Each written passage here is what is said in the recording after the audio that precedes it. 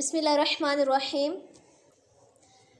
میں آج جس ٹاپک پہ بات کروں گی وہ ٹاپک یہ ہے کہ مسلمان کو اس دنیا میں آخرت کا یقین کیسے حاصل ہو سکتا ہے۔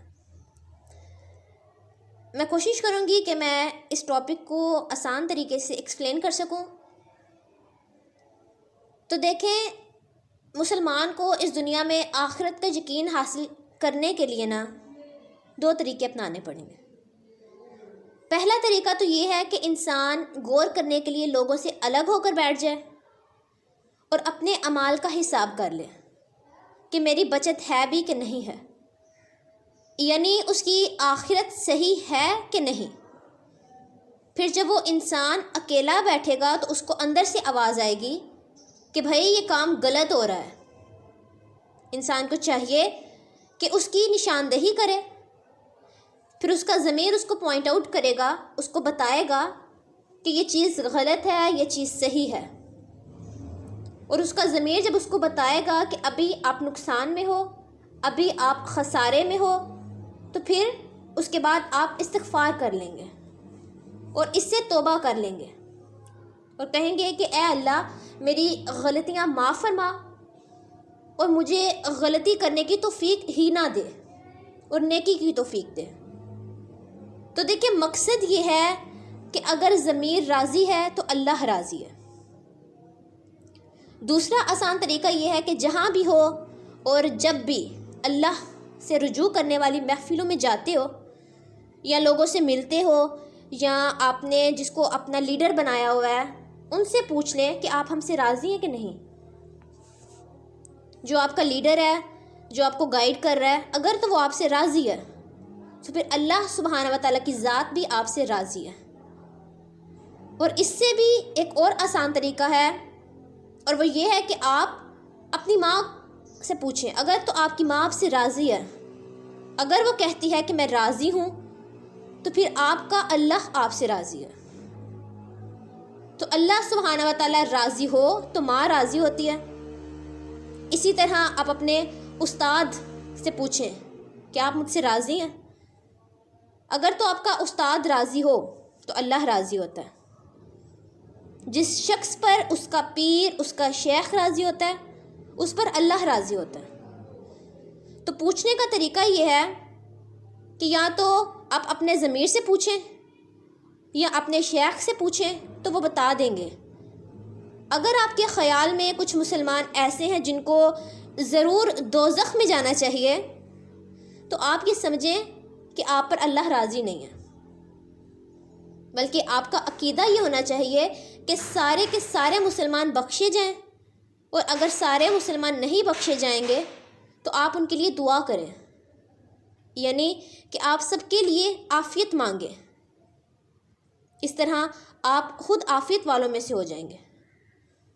آپ یہ کہیں کہ یا اللہ جس نے میرا دل دکھایا میں نے اس کو معاف کر دیا، جس نے سب کے لیے دعا کی اس کی بخشش ہو گئی، جس کی ماں کہہ دی کہ میں تم سے راضی ہوں تو اس کی بخشش ہو گئی، جس کا استاد کہہ دے کہ میرا دل بہت خوش ہو گیا تو اس پر علم کا راستہ آسان ہو گیا۔ اگر پیر صاحب کہہ دیں کہ میں آپ پر راضی ہوں تو مرید کی عاقبت سنور گئی۔ تو آپ کو یہ دیکھنا ہے کہ کس کی خوشنودی کو آپ اپنے لیے باعث رحمت سمجھتے ہیں، تو آپ اس کی خوشنودی حاصل کر لیں۔ جو چیزیں آپ کو اللہ سبحانہ و تعالیٰ کا رجوع کرا رہی ہیں، اگر وہ راضی ہیں تو پھر اللہ راضی ہے۔ اگر آپ اپنے دوست کے ساتھ حج پر جا رہے ہیں، فار ایگزامپل اگر آپ اپنے دوست کے ساتھ حج پر جا رہے ہیں اور اس سفر میں وہ آپ پر راضی رہا تو آپ کا حج قبول ہے۔ یعنی کہ ہر وہ چیز جو اللہ کی طرف انڈیکیٹ کر رہی ہے، اللہ کی طرف نشاندہی کر رہی ہے، وہ اگر راضی ہو جائے تو اللہ راضی ہو جاتا ہے۔ تو اللہ سبحانہ و تعالیٰ کی رضا تو بڑی آسان ہے۔ اللہ سبحانہ و تعالیٰ کی رضا کا سب سے آسان طریقہ یہ ہے کہ جس دل میں حضور نبی کریم صلی اللہ علیہ وآلہ وسلم کی محبت ہے، اس سے اللہ راضی ہے اور وہ دوزخ میں جا نہیں سکتا، اور دوزخ میں اس کا داخلہ ممکن ہی نہیں، وہ بے شک کوشش کر کے دیکھے تب بھی نہیں جا سکتا۔ اور اگر وہ دوزخ میں غلطی سے چلا جائے گا تو پھر دوزخ ٹھنڈی ہو جائے گی اور اس کو نہیں جلائے گی۔ اس سے بھی آسان سی بات یہ ہے کہ آپ نبی کریم صلی اللہ علیہ وآلہ وسلم سے محبت جو ہے، اگر یہ مشکل بات ہے تو حضور نبی کریم صلی اللہ علیہ وآلہ وسلم کی کسی جانشین سے محبت کر لیں۔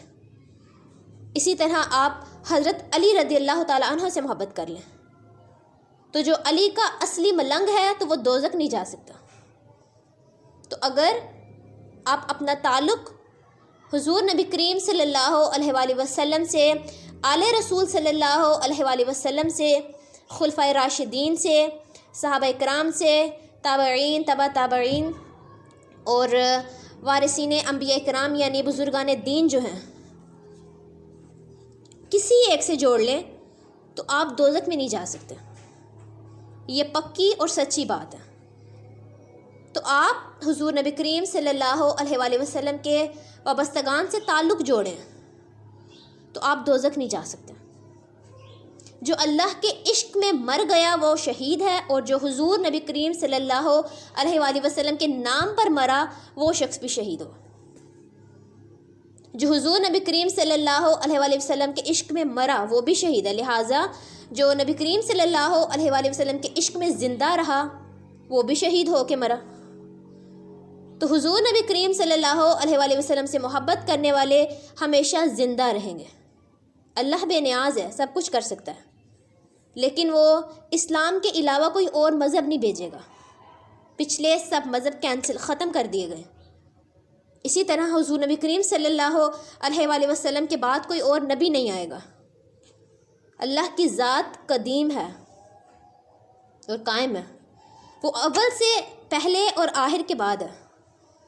جب وہ قدیم ہے تو اس کی محبت بھی قدیم ہے۔ یہ نہیں ہو سکتا کہ اللہ نے درمیان میں اپنی محبت پیدا کی ہے، اس کی محبت پرانی ہے، قدیم ہے۔ تو اللہ قدیم ہے، اللہ کی محبت قدیم ہے، اللہ کے محبوب قدیم اور محبوب پاک کے محبوب بھی قدیم۔ ساری دنیا بنانے سے پہلے یہ سب کچھ بن گیا تھا۔